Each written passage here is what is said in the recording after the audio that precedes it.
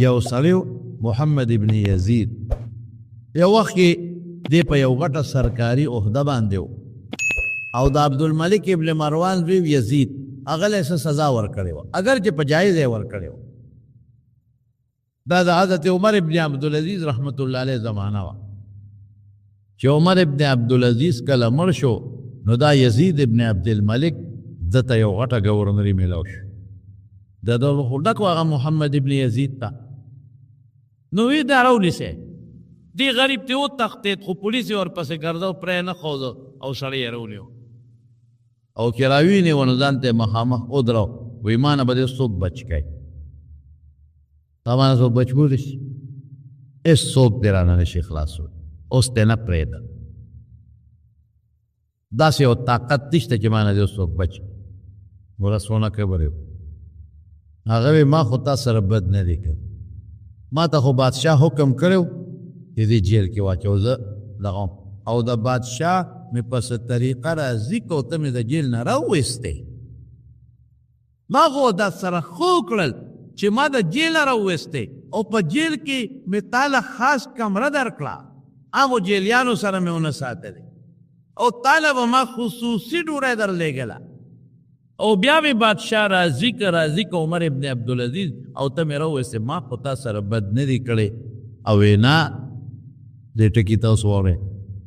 دا مه وایه چې ما به دنه څوک خلاص کړي که الله وغواړي نو ما دنه خلاصولی شي یو ذات شته وی اوس دې رانه خدای هم نشي خلاصولی وغورځېد اوس دې رانه خدای هم نشي خلاصولی ګوره کبر یو بادشاه سرمن یې راوغوښته سرمن او په ځمکه یې واچول او زنځیرونه راوړی زما لاسونه یې پرې وتړل او زما خپې یې پرې وتړل په زنځیر یې زما خپې یې وتړل زما لاسونه او زما سټ یې دغه سره وتړل چې ونه لقب او جلاد یې راوستی دې تورې ته ګوره ځکه نه اوس چغه ووهه خدای ته دا اوس چې تا ما نه دعا بچ کړي دې کې بانګ وویل چې بانګ یې څنګه وویل دا خو به ظالمان بادشاهان منځونه به یې کول منافقین او منځونه به یې کول چې څوک راباندې بدګمانه نه شي چې بانګ یې وویل هغه جلاد ته یو منټ صبر وکړه دا مونځ کوم د مانځه نه پس به دې سر و خو چې دا یزید ابن عبدالملک ظالم ګورنر مانځه ته ور مخکې شو یو سړی شاته پټ ولاړ و په دا چاړۍ و مړ په مردار په هغه ساعت په مردار مړ شو او چې څنګه مړ شو نو د هغه نه پس بلو وی پرېنیځئ زما یې لاسونه هم پرانیستل زما یې خپې هم پرانیستلې وی زما بري کړئ الله کولی شي ها الله بچکول کولی شي خو الله د الله نه چغه غواړي یو لطیفه ده یا به حقیقت یا به نی خو مچوره لطیفه ده او د عبرت ده وی یو سړی په سترګو لوند و بازار کې به ناست و چغې به یې والې خدای سترګې خدای سترګې خو د ده مطلب د سترګو نو د ده مطلب ده چې دا خلک ما ته وګوري چې دا خو غریب د سترګو معذوره دی محتاجه دی نو زه پیسې به راکړي اجل جانه دا خدا چغه نه ده ولې خدای سترګې خدای سترګې خدای سترګې بادشاه چې په لاره به تېرېده ده به همدا چغه واله خدای سترګې یو ځل بادشاه روان و او روندا وې ها وې څه غواړې د خدای نه وې سترګې نو درکړي نه دي نه ښځه واپس راځم او که سترګې دې نه وي که نه نو سرمن دې وباسم پولیس ته یې وي د ده باندې ډیوټي ولګه نه ونه تښتي او زه راځم که د ده نظر نو پک شوی که نه خدای ته چغې وایي خدای ته چغې وایي به ټول ملک په مخه غچترې زه زلمی وم دیم دا چغې وایي زه بادشاه شوم دیم دا چغې وایي دلته ناست یو خلک ورې پیسې ورکوي او که زه رالم او د ده سترګې نه وې جوړې شوې نو سرمن ته یې وباسم پرېږدم یا نه د دای موت بادشاه لاړ ړوند وی خدای په غم واوړېدم دا سترګې داسې په جنجال واوړېدم خدای ته یې چغې کړې یا خدایه سترګې یا خدایه سترګې بادشاه را روان دی سرمن دا نه وباسي چې بادشاه راغی سترګې جوړې وی لونده سترګې دې وې ټیک شوې که نه وی دا څو ګوتې وې دوه دا څو دي څلور دا څو دي یوه بادشاه ته چا وی څه دم دې په چې دم مې پې نه اچولې وی مخکې هسې د خولې نه چغه واله د پیسو دپاره چې خلک ما ته وګوري او خیر راکړي او چې د سر غم شو سره کنه نو د الله نه خدای ته کوکی ووالی نو چې د الله نه خدای ته کوکی ووالی نو خدای پاک قبلی او د دې به زه مثال درکړم که یو بزرګ هغه به د بیت الله نه گیر چاپېره تاوېده او چغې به یې وایي لبیک لبیک لبیک مشهوره واقعه ده او د بره نه به والا اواز راته لا لا لا لا لا مطلب دا چې لا لبیک نه قبلې نو یو سړی یو بزرګ ورسره روان و هغه ورته وایي د اواز اورې وی او وی دا تا ته کېږي که نه وی یا خو کلونه وشو زه له بیا هم لبیک ویم او ما ته اواز کېږي چې لا نه قبلو دا لبیک دی نه قبلو نو بیا سره پاره لبیک وی دا توافونه سره پاره کې او ته څه وایي ورس چل دی ایک ټکو کې دی وته ما خو ګناه کړې ده تا ماله چې اواز راځي نه قبلوم دا ټیک چې ما ګناه کړې ده غلطي مې کړې ده نو بس ما ته وی نه قبلوم نو چې ګناه مې وکړه نو د خدای دا در راته معلوم و دا بیت الله نو دلته وله رالم چې ما به معاف کړو زما دا دعا او دا لبیک به قبول کړي نو بس ته راته بل در وښایه چې هلته ورپسې لاړ شه ما ته خو د الله بل در نو معلوم دا بیت الله راته معلوم و دلته رالم نو که ته راته بل در ښیې نو هلته ځم قبلی که نه قبلی زه خپل رب له راغلی ما زما دعا قبلی که نه قبلی زه خپل رب له راغلی ته دا دې در نه بل در راته ښیې نو وښایه ځم ورپسې نو چې بیا به د یو ځل لبیک وي نو فرشتې به ورسره دوه ځله اواز کو لبیک لبیک لبیک لبیک نو د مارون اصل سید هغه د زړه نه دی د زړه نه حضرت معاویه رضی الله عنه په خپل زندګۍ کې او په خپل ژوند کې لا وفات نو د خپل زوی دپاره یزید ابن معاویه دپاره د خلکو نه بیعت اخیستل شروع کړل اوس دې زمانه کې چې انتخاب کېږي د مشر نو هغه د وټونو په ذریعه کېږي او هغه زمانه کې چې به انتخاب کېده نو د بیعت سلسله به وه خلکو به یو مشر له لاس ورکه بس دا به د هغوی وټو نو په خپله زندګۍ کې او په خپل ژوند کې د خپل زوی دپاره د یزید دپاره بیعت شروع او چونکې هغه په خپله جمدی حکومت یې خپلو د حکومت چې څومره والیانو ګورنران هغې خپلو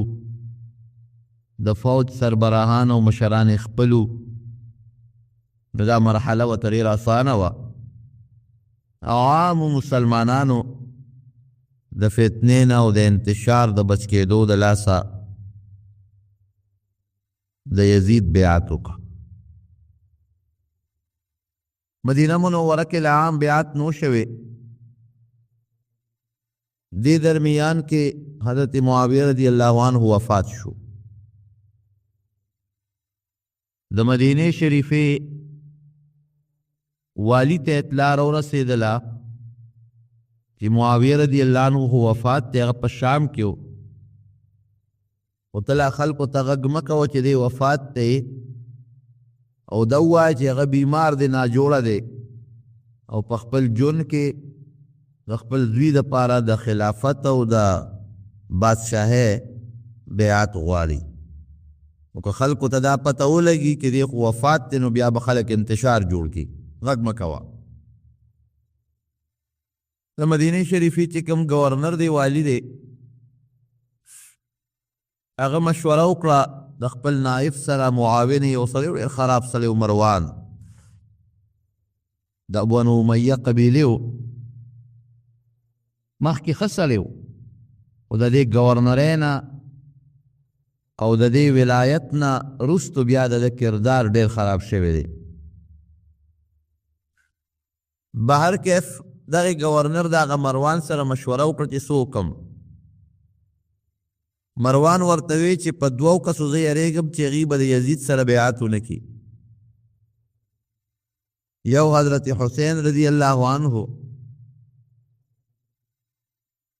او دویم عبدالله ابن زبیر رضی الله عنه دا دوه کسانو باندې یریږم چې دوی به بیعت ونه کړي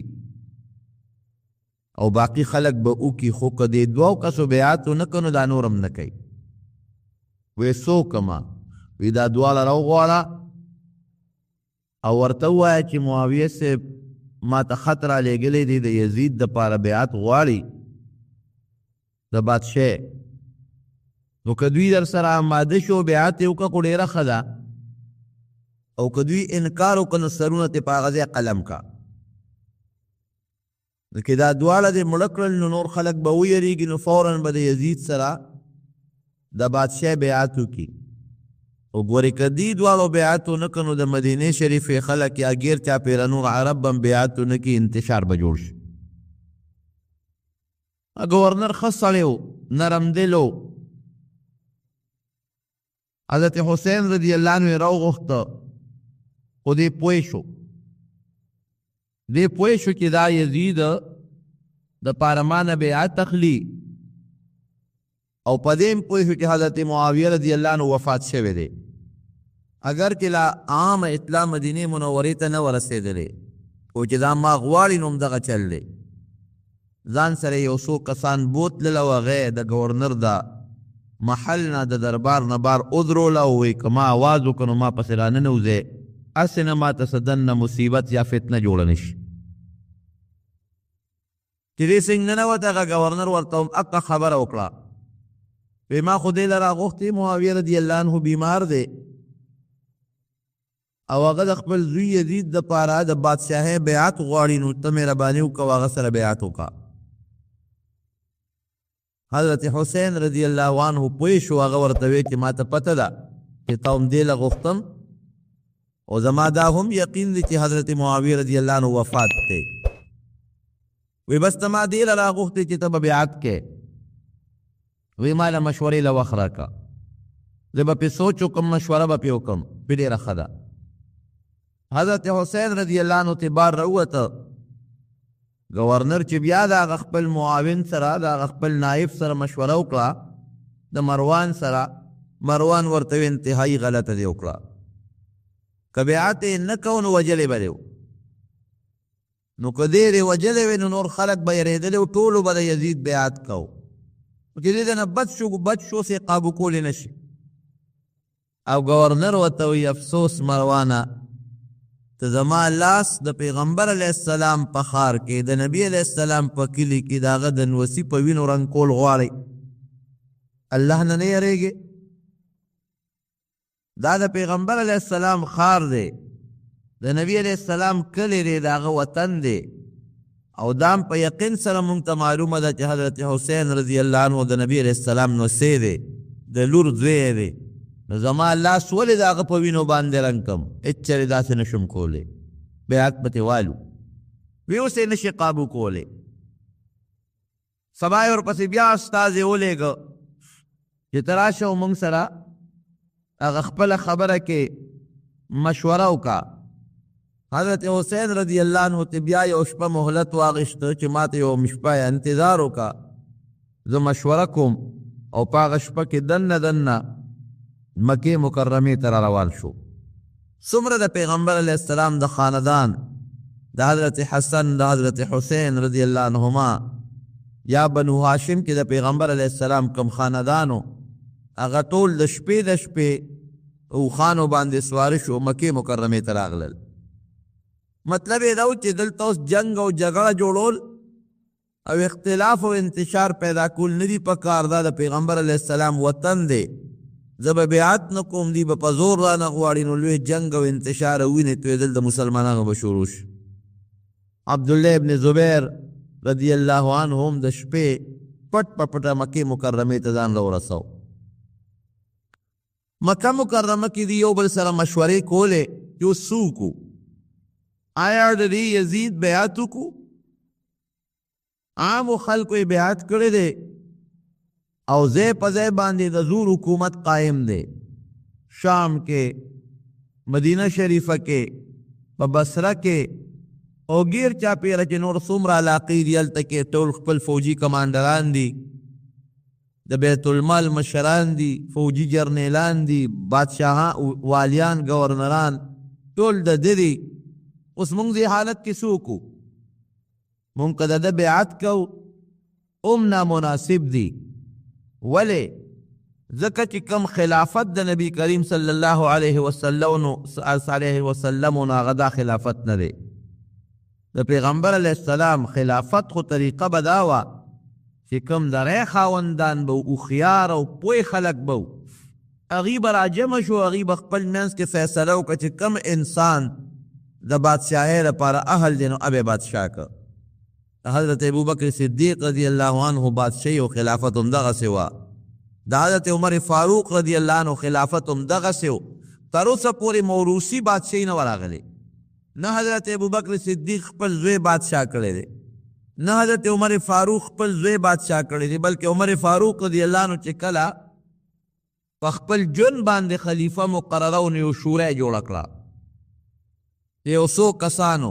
وی چې زه وفات شم نو دا شورا دا څو کسان به کینی او دوی به مشوره وکړي چې څوک د دوی خوښ یې هغه بادشاه کي. همدغه شپږو کسانو کې چې کوم د چا خوښي وی زما زوی عبدالله ابن عمر بم پکې ناست دي، خو دا زه ټولو ته اعلان کوم چې هغه له به بادشاهي نه ورکوئ. هسې مشوره ترې والی خو بادشاهي به هغه له نه ورکوئ. بیا د هغه نه پس حضرت عثمان رضی الله عنه په خپل ژوند داسې نه دي کړی چې د هغه زوی د هغه په ځای باندې ولاړ دی او د هغه د بادشاه اعلان یې کړی دی. نه حضرت علی رضی الله عنه داسې کړی دی. حضرت معاویه رضی الله عنه د یو مجبورۍ د لاسه داسې یو مسله وکړله نو په دې اکابر صحابه کرام چې کوم مشرانو ټول خپه و چې دا مناسب نه ده. دا خو پکار دا و صحابه کرام موجود دي د نبی علیه السلام، مشران او دیندار او د پیغمبر علیه السلام د مجلس خلق موجود دي، د هغوی د خاندان خلق موجود دي. نو پکار دا و چې هغوی مشوره کړې و چې کوم سړی د بادشاهۍ او د خلافت اهل وي هغه ته به بادشاهي او خلافت ورکړې وه. بل د نبی کریم صلی الله علیه وسلم یو حدیث هم د دوی مخکې پروت و. د دواړو جهانو سردار مبارک فرمایلی و چې یو زمانه به راشي، وی فرمایل ډېر زیات خفه او فکرمند و، د خوبه راپاڅېد، د الله رسول ولې خفه؟ وی چې ما په خپل منبر باندې چې دا کم منبر باندې به نبی علیه السلام تقریر کو او د خپل منبر یو قوم یاد کړ، د هغې قوم الکان مې ولیدل چې د ما په منبر لوبې کوي. نو نبی کریم صلی الله علیه وسلم دې تعبیر خو ښکاره و چې یو زمانه کې به کشران الکان به راشي هغوی به بادشاهي قبضه کړي، د حلالو د حرامو د ښه د بد د انصاف او د عدل خیال به نه ساتي. نو د دې صحابه هم دقه سوچ و چې دا اوس کم بادشاه د معاویه رضی الله عنه نه پس مقرر شو، نوجوان دی، الک دی، او د نبی علیه السلام یو قولمو الخلافت بعدی 30 سنه، زمانه پس با خلافت اصل خلافت چې کوم د پیغمبر جانشین وي 10 کاله به چلیږي، د هغې نه پس به عامه بادشاهي شروع شي، بادشاهان به راپاسي، په یو بل به چکونه لګوي او ظلمونه به کوي. دا ټولې خبرې د هغې مخکې وې. په دې وجه باندې حضرت حسین رضی الله عنه، عبدالله ابن زبیر رضی الله عنه، دې اکابرو صحابهو د یزید بیعت زړه نه غوښتو. مشوره شروع وه چې څوک وو. کوفه چې نن سبا د عراق مشهور ښار دی، حضرت علی رضی الله عنه دې کوفه کې پاتې کېده. هغه شهید شوی هم په کوفه کې دی او د علی رضی الله عنه قبر هغه هم اوس هم په کوفه کې دی. د کوفې خلکو د علی رضی الله عنه سره ډېر لوی عقیدت لره او ډېره مینه یې لرله. نو هغوی خطونه راولېږل او استازي راولېږل حضرت حسین رضی الله عنه پسې مکې مکرمې ته چې ته مهرباني وکړه کوفې ته راشه، د کوفې ټول خلک ستا په انتظار دی، کوفې ته راشه نو موږ ستا په لاس بیعت کوو، موږ تا خلیفه کوو، تا مشر کوو، د یزید بیعت موږ نه کوو. حضرت حسین رضی الله عنه د خپلو ملګرو سره مشوره وکړه چې څه وکړم، کوفې ته لاړ شم او که نه شم. چې کوم نږدې صحابه و د پیغمبر علیه السلام ملګري و هغوی مشوره نه ورکوله، وی پام کوه کوفې ته به نه ځې، موږ دا مشوره درکوو، د کوفې خلک غداران دي، دوکه به در سره وکړي، زړونه به تا سره یې ګورې د پیسو لالچیان خلک دی، که پیسې واغشته نو زړونه به تا سره یو توره به یې ګورې بیا د مخالفینو سره. پام کوه دا غلطي ونه کړې. لیکن دومره خطونه درې غټې غټې بوجې د خطونو یو بل بل دا د پسې راتلې او دا اعلانات به کېدل چې د کوفې خلک ستا انتظار کوي، ستا په لاس بیعت کول غواړي او ته مهرباني وکړه کوفې ته فوراً راشه، که رانلې نو دلته ممکن داسې لانجه جوړه شي. د یو هوښیارتوب وکړه، د خپل د تره زوی مسلم ابن عقیل رضی الله عنه هغې ولېږه، وی ته لاړ شه کوفې ته، هلته حالات معلوم کا، نو که دا خطونه د خلکو رښتې او د کوفې خلک واقعي زموږ مرسته کوي او د دې حق ملګرتیا موږ سره کوي، د دې باطل مقابله موږ سره کوي، نو ما ته بیا اطلاع وکړه، نو زه کوفې ته درځم. که دا خطونه دروغي او خلکو کې زموږ سره د زړه مینه او اتفاق نی، نو بیا هم راته ووایي زه کوفې ته نه درځم. مسلم ابن عقیل ډېره اوږده واقعه ده، زه درته مختصره وایم. مسلم ابن عقیل لاړ کوفې ته او د کوفې خلکو ډېر زبردست استقبال وکړو او زرګونه خلک یې ملګري شو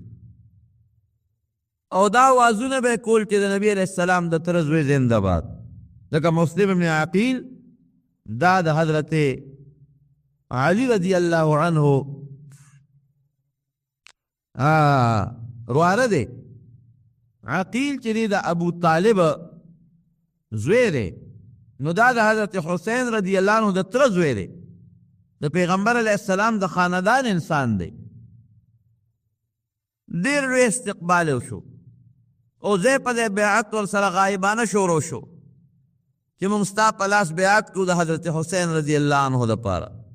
او هغه ته فوراً خط ولېږه چې هغه هم را روان شي. مسلم ابن عقیل چې د خلکو دا ګرمه ګرمۍ ولیدله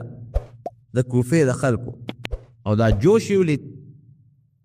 چې دا خلک خو زموږ ټول تابعدار دی او ټول د نبي علیه السلام په خاندان ځان قربانوي،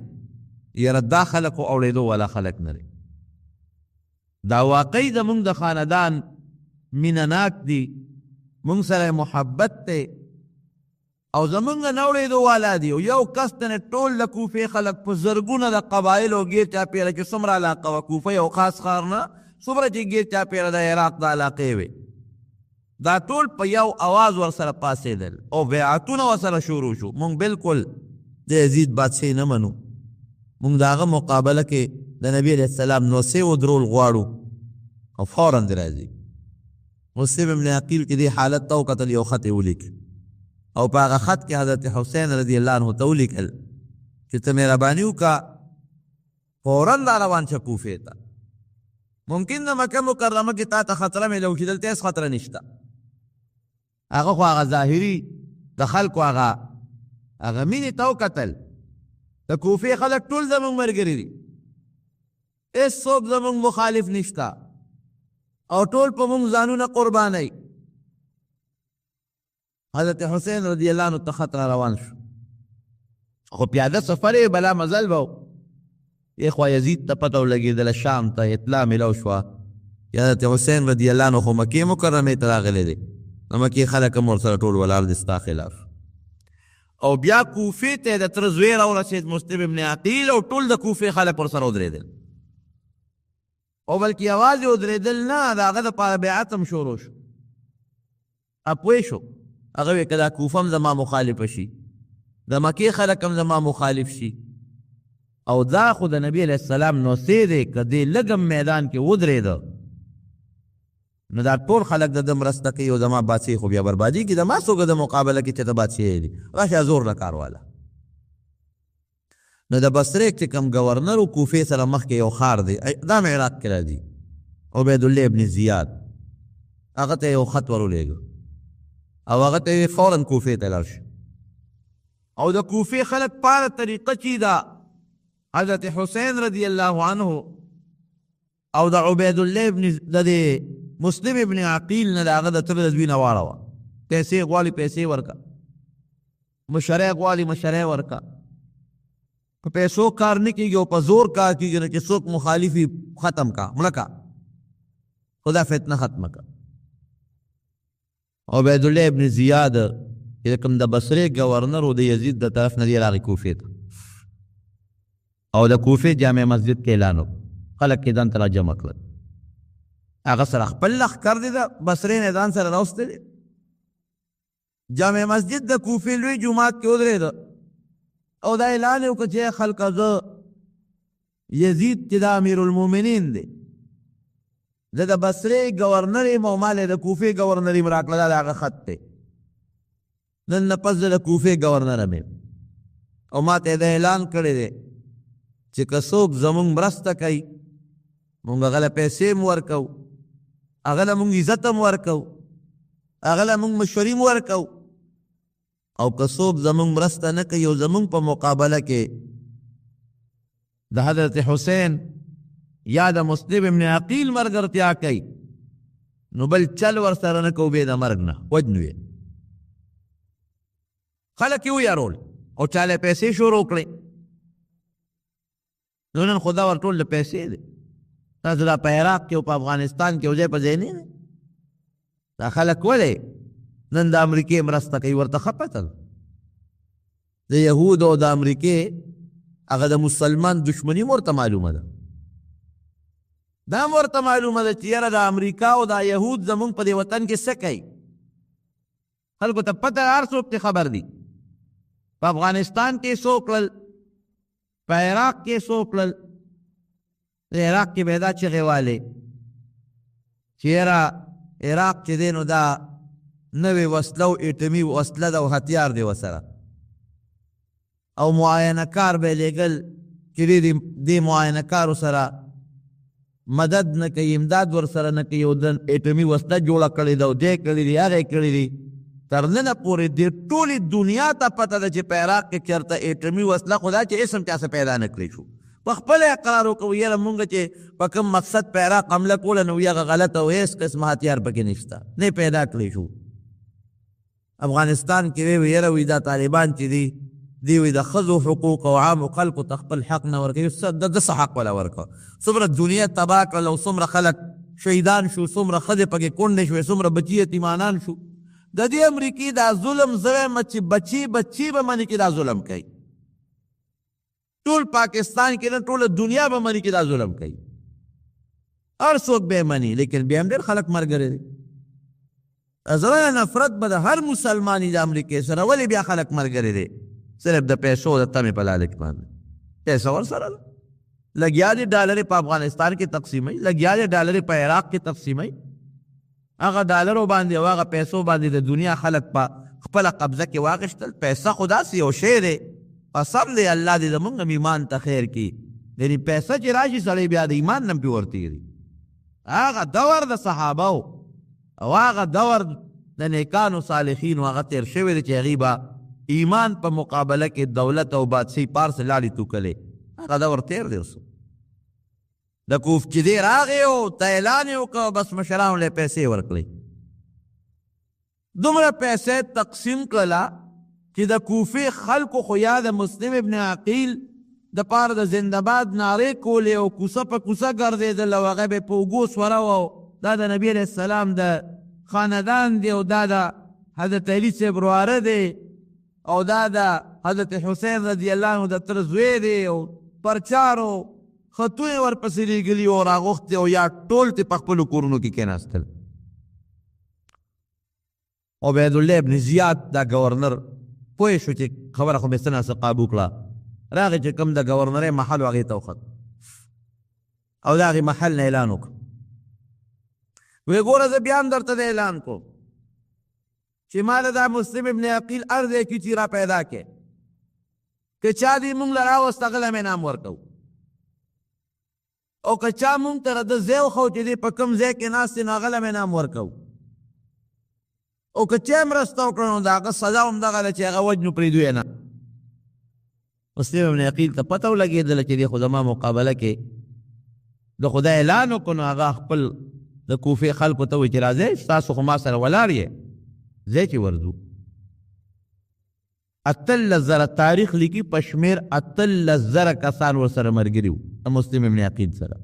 18,000 لږ نه، زرم نه، 2 زرم نه. او ټول رالل او د دې عبیدالله ابن زیاد د هغه محل نه یې ګیر چاپېره محاصره وکړه. غازی به تاو زما ملګری چې دا ختم کو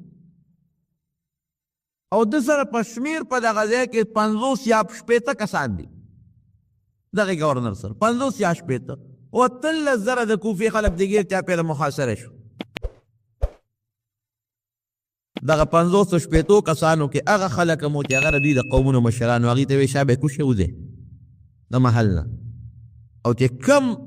خلک د مسلم ابن عقیل سره ملګري دي هغوی له پیسې ورکړي لالچ ورکړي څومره پیسې چې غواړي ورکړي وله دا خلک رانه پره کړي او په خپله بیا د قلا سر ته وخته اعلان یې وکړی خلکه زه ګورنر یم ستاسو د یزید د طرف ته ما له د کوفې ګورنري راکړې ده او زه د اعلان درته کوم چې څوک زما مرسته کوي څومره پیسې چې په کاري ورکوم د قومونو مشرۍ به ورکوم او که چا زما مرسته ونه کړو د دې مسلم ابن عقیل مرسته وکړو خیر یې نشته ما به تاسو مړ کړیا خو درپسې بل لښکر را روان دی تاریخ لیکي چې یا 13,000 کسانو او یا یو قسم ورسره پاتې نه شو دا غریب دقسې په میدان یوازې پاتې شو او اخره کې ډېره زیاته د غم او د افسوس واقعه را خودی هم گرفتار کړ او ریوست او ځان ته مخامخ ودرو او په دومره بې دردۍ باندې گرفتار که چې دی کله گرفتار کو نو دی ووهه او دا شونډه او دا پوز او دا غاښونه یې وتل دی نه وینې به دی ځان ته مخامخ ودرو تو حضرت حسین را لېږلې او ډېر د حضرت حسین رضی الله عنه په حق کې ډېرې ستغې سپورې ډېرې د کنځلو خبرې وکړې د ورلم جوابونه ورکړل هغه الفاظ ما له مناسب نه دي خو بهر کې سړي ته حکم وکړه جلاد ته د محل سر ته وخېجوه او هلته په توره ته سر ووهه او سر او تنې دواړه لارې ته وغورځوه چې خلک ته عبرت وایي وی یو وصیت کوم هغه خو مې ومنه کړم وی وایه څه وصیت دی دی وی یو وصیت خو دا دی زما یو وصیت وبنه باقي زه چې ته څه وی نو بس وجنې مې او کار څه کوې خو زه ستا په لاس باندې یا د یزید په لاس بیعت کول نه غواړم خو یو وصیت مې ومنه وی یو وصیت څه دی وی یو خو دا دی چې زما لاش زما یو رشته دار دلته کې هغه ته حواله کړه چې ما لاش ښخ کړي ما د مرګ نه پس دویم ما باندې 900 درهم دی یو سړي قرض دی دغه رشته دار ته زه دا وصیت کوم چې زما هغه قرض خلاصه کړي او دریم زه یو خط لیکم د حضرت حسین رضی الله عنه په نوم باندې ځکه هغه ته ما یو خط لیږلی دی او ما ورته وایي چې د کوفې خلک زمونږ ډېر تابعدار دي نو ممکن ده چې هغه را روان شوي نو که هغه راغی خو دغه حال دا غم دی دا کم چې زما ما سره د خلکو چې کومه غداري وکړه خو دا غداري هغه سره هم کوي زه هغه ته یو خط لیږم چې ته مهرباني وکړه ګورې کوفې ته مه راځه د کوفې خلکو چې دا ما سره څوکل دا حال ستا هم دی ګورنر هوښیار هغه ډېره ښه ده رشته دار یې وله راوغوښته 3 واړه وصیت یې وکړل وی دا 2 به دې ومنو ستا دا قرض به هم ستا دا رشته دار خلاص کړي خوښه یې خپله ده که خلاصوي که نه خلاصوي مونږ یې نه منې کوو دا دویمه خبره دې منولي که حضرت حسین ته رضی الله عنه ته که خبره ده که رانغې جنګ به ونه شي جګړې نه به مونږ هم بچ شو به هم بچ او دا درېیمه خبره دې نه منو چې ستا لاش دې ښخ کړي ستا لاش به هم دقسې په دې میدان پروت وي ته نه منو اوچت یې که بره د قلا سر ته او هغه ظالم جلاد ته سر ووو سر یې هم لاندې پرېوته او وجود لیله ته ورکړه هغه هم لاندې پرېوته ځای دومره اوچت و تاریخ لیکي چې دې ځمکې له راغې نو دا د خپې دا ډوکې مات شو حضرت حسین رضی الله عنه ته خو اړومبې خط رسېدلی و د خو ورته لیکلي و ځکه د کوفې خلکو خو اړومبې ډېر مضبوط استقبال کړی هغه ته خط ورسېد چې د کوفې خلک خو زما مرسته کوي او زما د تره د زوی استقبال وکړه او د عدل او د انصاف د حکومت دپاره زما شاته ودرېږي زموږ نه ځان قربانوي خپلې قافلې ته یې حکم وکړو ځان تیار کړې ځو کوفې ته څومره چې په مکه مکرمه کې مشرانو هغوی وله مشوره ورنه کړئ مزه تر دې حده پورې عبدالله ابن زبیر رضی الله عنه ورته وی ګوره د کوفې ځمکې ته چې قطعا لاړ نشي دغې خاورې ستا د پلار سره وفا نه ده کړې تا سره هم ګورې وفا نه کوي دغې خاورې ستا رور سره حضرت حسن سره وفا نه ده کړې تا سره هم وفا نه کوي مه کوه عبدالله ابن عمر رضی اللہ عنہ چې کوم د عمر فاروق رضی اللہ عنہ زوی دی هغه ورته نصیحت وکړ. عبدالله ابن عباس د حضرت عباس رضی اللہ عنہ زوی دی هغه ورته نصیحت وکړ چې ګورې پام کوه کوفې ته لاړ نشي مه ځه کوفې ته. دا کوفې خلک در سره وفا نه کوي او موږ درته منت کوو زاري درته کوو د خدای په نوم درته قسم اچوو چې کوفې ته مه ځه. او حضرت حسین رضی اللہ عنہ کوفې ته اراده و چې د خامخا ځم. نو دا سوال په تاریخ کې راځي چې هر کله د ټولو مشرانو دی منې کو دی ولې نه منې کېدل ولې نه ته ولې پاتې شوی به وکړه اورېدلي دي. د هغه نه یو حدیث ما ته رسېدلی د نبي کریم صلی الله علیه وسلم چې په حرم کې به یو حیوانی یو انسان به هغه انسان د نبی علیہ السلام د حیوان مثال ورکوي. یو حیوان به چې د هغه د لاسه به د مکې مکرمې د حرم عزت بربادېږي. نو هسې نه که زه د مکه کې پاتې شم او دلته جګړه جوړه شي نو د پیغمبر علیه السلام دغه حدیث مصداق زه نه ګرځم. هسې نه هغه کس زه نشم چې نبي علیه السلام د هغه په حق کې فرمایي یو شی به چې د هغه د برکت نه به د حرم تقدس ختم شي د هغې عظمت او احترام به ختم شي. نو د حرم نه بار که جګړه کېږي دلته به هم راسره کېږي که وینې تویږي دلته به هم تویږي خو چې کم از کم دا د حرم په دې ځمکه ونه شي او بار وشي نو خبر. او دویم وی ما د شپې خپل نیکه په خوب کې لیدلی دی نبي علیه السلام هغه راته یو حکم کړی دی د هغې حکم به زه پاسداري کوم هغه حکم به خامخا زه منم. اوس نتیجه که ما سره برابر خیږي او که زما مخالف کېږي که زه مرم او که زه جمدې پاتې کېږم. وی هغه څه خوب دی وی نه د خپل نیکه راز په خپل ژوند فاش کول نه غواړم. دا دوه خبرې وي د دې دوه خبرو د وجې نه مجبور دی چې دی د مکې مکرمې نه وځي. او درېیمه خو هغه خبره وه که د یزید په لاس باندې د بیعت کول نه غواړم. دی خلیفه د مسلمانانو نه دی دی په زور د خلکو نه بیعت اخلي. خلیفه خو دغه نه چې په زور د خلکو نه مشري والي. خلیفه خو چې مقرریږي د مسلمانانو مشران او د مشورې خاوندان کوم چې مشران یې هغوی به د هغې انتخاب کوي. بهر کیف هغه خطونه هم د په مخ جو چې کوم د کوفې خلکو ته رالیږلي او د مسلم ابن عقیل د تره د زوی هغه لومبی ختم و چې هغه وی چې د کوفې خلکو خو زما ډېر لوی استقبال وکړه راځه. نو ټول چې څومره د نبي علیه السلام د نبوت د خاندان کم کسانو نه هغه ټول د قافلې په شکل کې د مکې مکرمې نه کوفې طرف ته روان شو. په لاره چې به کم خلک مخې له ورتل ده به د تپوس کو چې د کوفې حال څنګه دی چې د کوفې نه به څوک راتلل. هغوی به ورته وي چې زړونه یې تا سره دي خو ګورې تورې د ابن زیاد سره دي. پام کوئ اعتبار پرې ونه کړي. واقعي د کوفې دا خلک ډېر بې اعتباره خلک دي. د کله چې تاریخ ګورم که نه په دوی په مختلفو وختونو کې فتنې راغلي دي. یو وخت کې فتنې تاتار راله او د کوفې لوی لوی خلک یې شهیدان کړل. دومره وینې په بغداد کې او په دې علاقو کې وبهېدلې چې د فرات دا دریاب کې دومره وینې وبهېدلې دومره وینې چې اوبه د سکو نه وې چې چا به ګیلاس کې او پیالې کې اوبه راغشتې د وینې به ډکې وې.